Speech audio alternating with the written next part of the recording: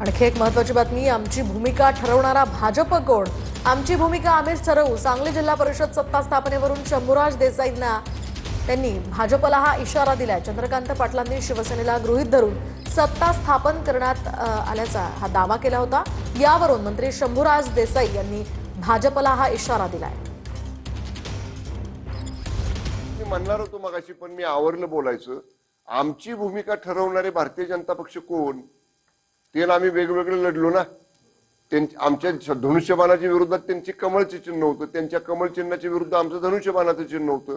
आम्ही वेगळं लढलोय. आता वेगळं लढल्यानंतर सुद्धा गरज भासली की म्हणायचं नाही ते आमचेच आहेत, ते आमच्या बरोबर. अहो, आमची भूमिका ठरवणारे तुम्ही कोण? आम्ही आमची भूमिका ठरवू ना. आणि आमचे निर्णय मी मागे देखील आपल्याला सांगितलं, बघा, उभं राहणं, निवडून येणं आमच्या हातात आहे. निवडून आल्यावर काय भूमिका घ्यायची, सरकार स्थापन करायची, ही शिवसेनेमध्ये आदेश चालतो.